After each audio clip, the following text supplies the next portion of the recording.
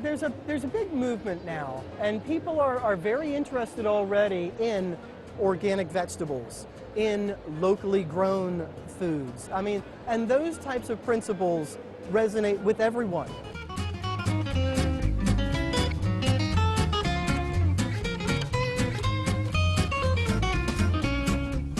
I think that we're all thinking about, smart use of our resources. It is a way for us to get our families fresh, clean produce while using very little resources.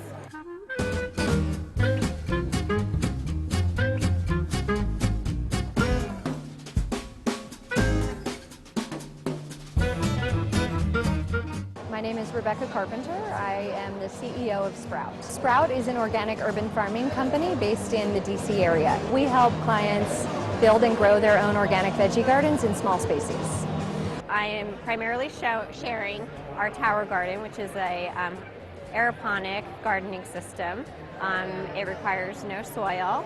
This is a really efficient growing system. It uses 90% less land and less water than traditional gardening, and there's no pesticides and chemicals used, and it's great for especially the city environment. The tower gardens allow you to grow anywhere, inside or outside, all year round.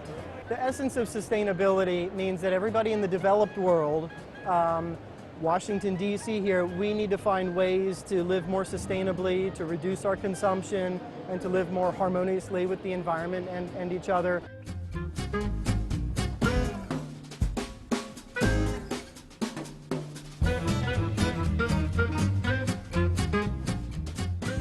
The farming communities that we work with are impoverished families that have less than 5 acres of farmland that has usually been heavily degraded.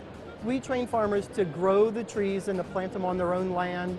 They learn how to do a nursery in their backyard. They learn how to grow all the seedlings, hundreds or thousands at a time, and to plant them where they need to be planted.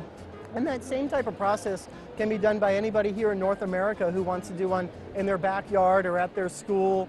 The same kind of step of protecting it with a type of hedge or a type of living fence, figuring out what the people or the community or the school needs. What can you sell? What can you eat? What can you consume?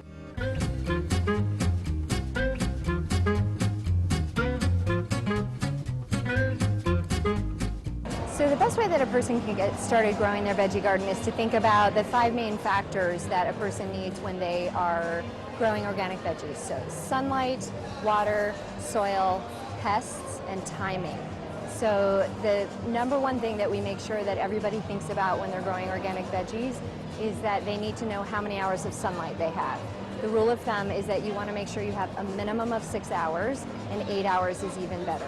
The way we like to think about it is year one is an investment. So you are either purchasing containers, or you're building a raised bed, or you're amending the in-ground space that you have with organic soil and compost. So you're investing more time and more energy and more money in that first season to get your garden bed going.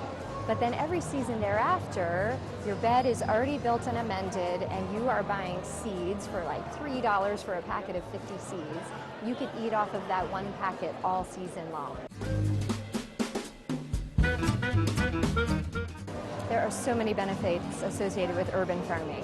The number one thing is that you control your produce, so you know what you're eating. Everything that we do at Sprout is organic, and so we don't use any kind of chemicals, pesticides, herbicides, fungicides, anything like that. So when you're growing your own veggies, you can keep them organic. So you know that's really good for your body, for the environment, it's sustainable for our earth. It's also a lot less expensive. So that pepper, that red pepper that's so beautiful in the store that costs $3 in the off-season because it's organic and it was shipped in from Chile, you can grow it in your own backyard for about 10 cents. There are a couple of challenges associated with growing veggies in your own backyard. So for those of us who live here in DC, we tend to have really small spaces. And so growing in small spaces is our number one challenge. And the way that we work with that is we grow vertically. And so we encourage people to use trellises, use their fences, anything that they have that can help their plants grow up instead of growing out will help them to account for the small space that they have. The second thing that we hear about often from people is pests. So this could be anything from bugs all the way up to deer, depending on where you live. Here in the DC and Arlington area, we tend to hear a lot about squirrels, chipmunks, some rats, definitely bunnies, and then in spaces that are a little bit further out, we hear a lot about deer too. And so there are a number of different organic ways that you can deal with the pests.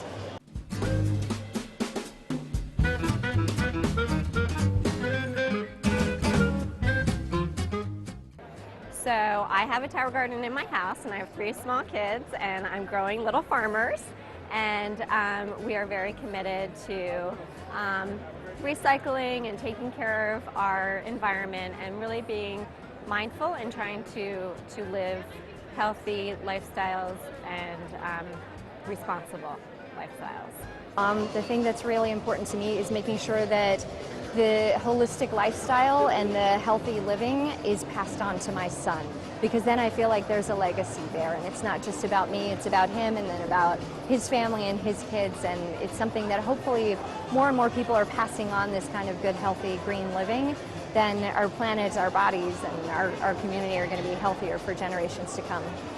The global community needs to understand better the importance and the power of trees to change farming systems, to change people's lives. The element of trees is very much lost in agriculture, and that's why we're here. We're educating the public on the power of trees, the importance of planting millions of trees, and how it is real, part of the permanent solution.